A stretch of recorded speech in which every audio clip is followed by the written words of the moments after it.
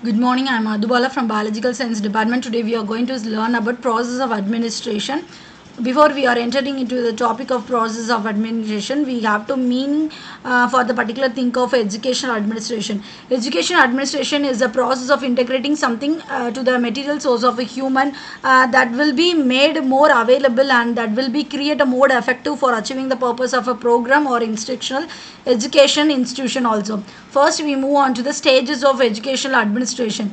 In this part of stages of educational administration, first we have to plan. Next, we have to plan this particular thing into the organization section, and we have to next part of staffing and directing and coordinating evaluation that are come under the stages of educational administration. First, we are entering into a topic of a planning. First, this is the initial part that is terminates all the essential things. We have to set goals and objectives for the school or institutions that will involve the identification of the needs of the students and assessing the available resources and developing the strategies how we are desired to outcomes of the planning that all come under the planning resources. And after the planning, we have to organize all the particular thing. This is the second stage of this particular thing. We have to determine the role and responsibility of the various stakeholders within the teachers, staffs members and faculty members and supporting staff, whatever it may be, that all come under the organizing particular thing. Next, we have to move on to the staffing procedure. This is the third stage of procedure of process of educational administration. We have to recruiting particular thing. We have to selecting and appointing qualified individuals to different position. For example, hiring teachers, administrators, supporting staff and administrative staff, other personnel needed to run the school effectively. These are come under the staffing procedure. Next, we have to direct. For example, once the staff in his place, the administrator focus on guiding and supervising them to ensure they perform their duties and employees. For example, we have to give us something to the students or learners for our staff or teaching faculty members or administrative, whatever it may be. We have to providing the feedback for all, and we have to setting the expectation, what are the expectation they are gaining from this particular thing, and they are offering support also. After that, if there is any clarification or if there is any hesitation, we have to give the remedy or give some guidance to the necessary of the peoples also.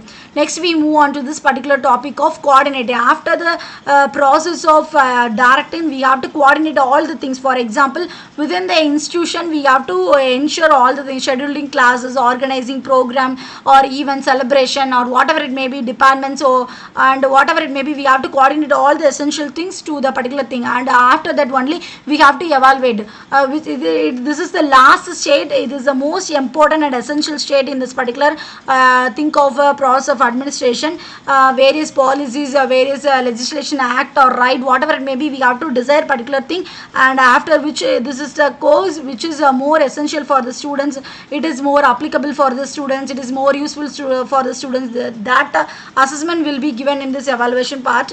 Next, we after the part of evaluation we have to think the decision making. We have to acquire the most particular thing is decision making. For example, making choice about curriculum framework or a syllabus framework or allocation, resource allocation, disciplinary measures or strategy planning, whatever it may be.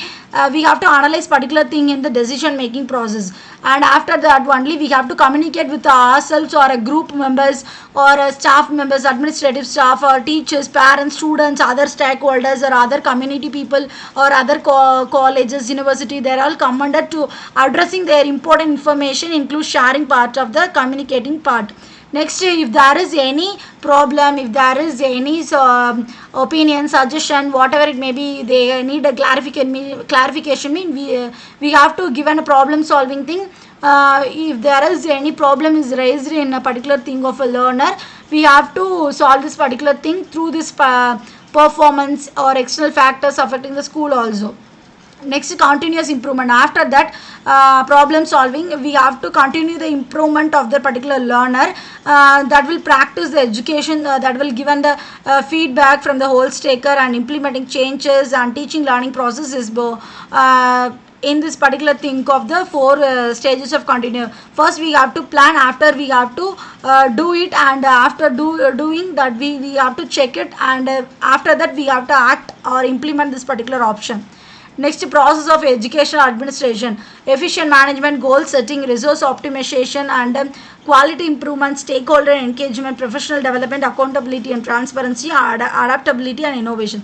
First, we want the efficient management. For example, in this part of efficient management, we have to effectively plan particular thing, and after that only we have to organize and coordinate and activities to learn smooth cooperation with the teachers or learners or educators. Next, goal achievement. For example, if we are setting one thing, one goal to particular thing of a curriculum framework or syllabus framework, that the helps institution to get clear set goals, and we have to monitor the goal. After that only we have to achieve the goal setting. And resource optimization. If in our particular thing we need this type of resources for this type of curriculum framework, or this type of resource optimization is needed for this particular program or course, we have to optimize the particular resource in this particular part.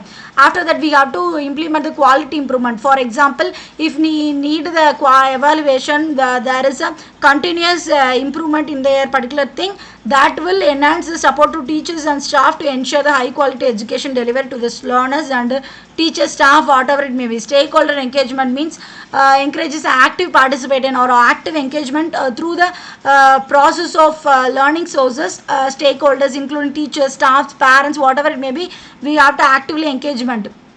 And next we move on to the professional development. For example, in this particular part of the professional development, it is mostly applicable for the teachers and staff also. We have to improve ourselves, we have to identify training needs, program or opportunities for our growth, and we have to enhance our lifelong process of learning. We have to contribute ourselves to the students also. Next we move on to the accountability and transparency. For example, in this accountability and transparency, we have to evaluate and data analysis and effective communication. After that only we have to aware of the institution, after aware of the organization performance. It is most easy for us, it is more it is most it is most easy for us, or it is most not easier for us, and address we have to concern any challenges among this accountability and transparency. Adaptability, and we are facing something that is related to the educational trends or challenges. We have to adaptable ourselves to the particular thing of institution. We have to inform the decision and implement a new strategies. We have to culture create a particular thing that will flexible for the institution, for our also. And next, process of education administration challenges, limited resources, compliance and regulations, struggling student and staff, external factors and accountability pressures. First, limited resources. For example, we have to construct a particular sources. For example, budgetary constraints. If you are having this type of amount or this how much amount of we are needed for the limited resources, the funding purpose is to be inadequate purposes of the particular thing. Changing education landscape. For example, we have to update ourselves further in our institution to enhance the lifelong learning also. After that, stakeholder expectations. For example, for balancing the different perspectives of the diverse needs of the learners, we have to demanding the effective communication among the students and compliance and regulations. For example, if there is any standards while still providing a conducive learning environment, we have to require the local, state, national authorities. We have to regulate ourselves with the institution also. Struggling students and so. For example, if you are facing something problems related to the academic, social or emotional, that will need to support the professional development or personal development, that will allocate the patient level in the empathy and personalized attention also. Next, external factors. External factors is nothing but that economic status and socio-economic status, political changes, that will issues that will can impact their education institution also. Resistance to changes means for a new initiative or terminates the new thing or initiatives to compatible with the other status also, that will resistance to change also.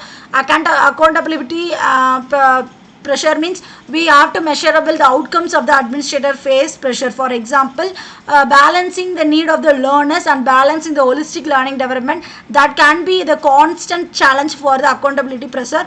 Next, we are in this particular part of the conclusion, that is the most complex thing. We are process of administration. We have to managing all the resources, and we have to addressing the stakeholder expectations, and we have to continuous regulation, or we have to navigate the supporting system of the regulation. After that only that will adapting changes to grasp the needle of the learners also. These are all my reference. I have reference. And thank you. I hope you all understand my topic. Thank you so much.